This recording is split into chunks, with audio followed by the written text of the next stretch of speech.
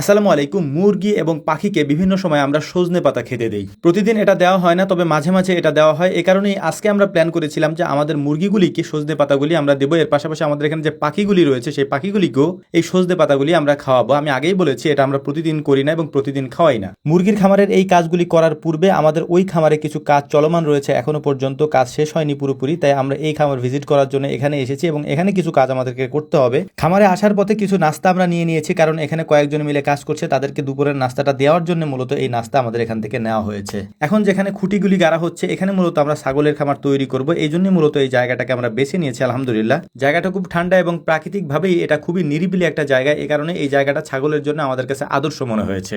তো ওনারা কাজগুলি করছিলেন, এর পাশাপাশি আমাদের এখানে বেশ কিছু কাজ রয়েছে। তার মধ্যে অন্যতম হচ্ছে কোয়েল পাখির কিছু ডিম আমাদেরকে এখান থেকে ওই খামারে নিয়ে যেতে হবে। এর পাশাপাশি এখানে সাদা কোয়েল যেগুলি রয়েছে, এই সাদা কোয়েলের বেশ কিছু বাচ্চা বড় হয়ে গিয়েছে, এগুলিকে আমরা আলাদা একটা ঘরে নিয়ে আসবো, অর্থাৎ আলাদা করে ফেলবো ওই কোয়েল থেকে। কোয়েল পাখি এবং বিভিন্ন জাতের মুরগি রাখার জন্য যে ঘরটা আমরা সামনে করেছি, ওই ঘরের মধ্যে আলাদা আলাদা চেম্বার করেছি। আমরা আপনাদেরকে দেখিয়েছি এটা যে এটার মধ্যে আসলে আলাদা আলাদা ভাবে আমরা কোয়েল এবং মুরগিগুলি রাখবো। সাদা কোয়েলের জন্য আলাদা একটা চেম্বারের মতো আমরা বানিয়েছি, ওইটার মধ্যে আজকে আলহামদুলিল্লাহ সাদা কোয়েলি আমরা দিব। ঘরটাকে সুন্দর করে আগে আমরা কাঠের গুঁড়ি দিয়ে দিব, তারপর এই জায়গাটাকে সুন্দর করে একেবারে প্লেন করে তারপর আমরা ওই সাদা কোয়েলগুলি এখানে নিয়ে আসবো ইনশাআল্লাহ। সাদা কোয়েল বলতে অনেকে বোঝেন যে সাদা কোয়েলটা মনে হয় অন্য কোনো জাতের কোয়েল। না, এটা অন্য কোনো জাতের কোয়েল না, এটা মূলত হচ্ছে জাপানি কোয়েলের মধ্যে যে সাদা বাচ্চাগুলি থাকে সেগুলিকে আমরা আলাদা করে ফেলেছিলাম এবং ওই বাচ্চাগুলি দিয়ে আমরা আলাদা একটা জাত তৈরি করার জন্য আলাদাভাবে বড় করে ওদেরকে প্যারেন্টস করেছি। ওই প্যারেন্টস থেকে যে ডিম আসতেছে ওই ডিমগুলিকে আমরা আলাদাভাবে হচ্ছে ইনকিউবেটর মেশিনে দিয়ে ফুটিয়েছি এবং আমরা পার্সেন্টেজ দেখেছি যে এটার 80% থেকে 90%-এর মতো সাদা বাচ্চাই হয়।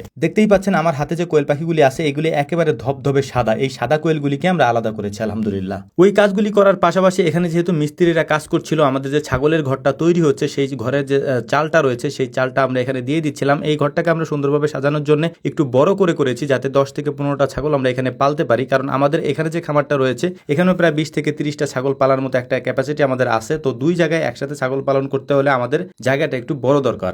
যেহেতু আমাদের খামার থেকে ওই খামারটা প্রায় 6 থেকে 7 কিলোমিটার দূরে, তাই এখান থেকে যাতায়াতে আমাদের একটা লম্বা সময়ের প্রয়োজন হয়। যে কারণে আমরা ছাগলের খামারটার যে চালটা রয়েছে এটা উঠিয়ে দিয়ে এখান থেকে চলে আসবো, কারণ ওখানে কোনো লোকজন থাকে না, যে কারণেই হচ্ছে আমাদের একটু সমস্যা হয়ে যায়। এর পাশাপাশি ভিডিও শুরুতেই বলেছি আজকে আমাদের মুরগিগুলিকে আমরা হচ্ছে সজনে পাতা কেটে এনে দিব। তো সজনে পাতা আনার জন্য আমাদের যেতে হবে বাগানের মধ্যে, অন্য জায়গা থেকে এটা সংগ্রহ করতে হবে। তো সন্ধ্যা হওয়ার আগে এই কাজগুলি করার জন্য আমরা আমাদের বাগানের এখানে চলে এসেছি। এখান থেকে এই সজনের ডালগুলি আমরা নিয়ে নিব। আর সজনে পাতার ডালগুলি থাকে একেবারে নরম, এখান থেকে গাছে উঠে পারতে গেলে ডাল ভেঙে পড়ার একটা ভয় থাকে। এ কারণে হচ্ছে খুব সাবধানতার সাথে আমাদের উঠতে হচ্ছিল, যাতে করে ডাল ভেঙে একেবারে নিচে না পড়ি। তো আলহামদুলিল্লাহ খুব সাবধানতার সাথে এই ডালগুলিকে ভেঙে আমরা নিচে নিয়ে এসেছি। এখন এগুলিকে ছাড়িয়ে আমরা নিয়ে যাবো আমাদের খামারের দিকে। তারপর আমরা ফার্মি মুরগি এবং টাইগার মুরগি এটা দেওয়ার পাশাপাশি এগুলিকে আমরা আমাদের যে পাখিগুলি রয়েছে অর্থাৎ বাজিগর পাখিগুলি রয়েছে সেগুলিকেও দিয়ে দেবো ইনশাআল্লাহ। ভিডিওর এই পর্যায়ে খুবই গুরুত্বপূর্ণ একটা কথা আপনাদেরকে জানিয়ে দিই, সেটা হচ্ছে আপনারা অনেকে আমাদেরকে মেসেজ করেন। ভাই, আমি অনেকবার বলেছি আপনাদেরকে যে আমরা আসলে মেসেজে কারোর সাথে কথা বলি না। আপনার যদি কোনো প্রয়োজনে আমাদের সাথে কথা বলতে হয় বা আমাদের থেকে কোনো কিছু অর্ডার করতে হয়, তাহলে কমেন্ট বক্সে একটা নাম্বার দেওয়া থাকে, ওই নাম্বারে যোগাযোগ করে কোনো কিছু অর্ডার করতে পারবেন। তারপর আমার সাথে যদি আপনার কথা বলতে হয় একান্ত,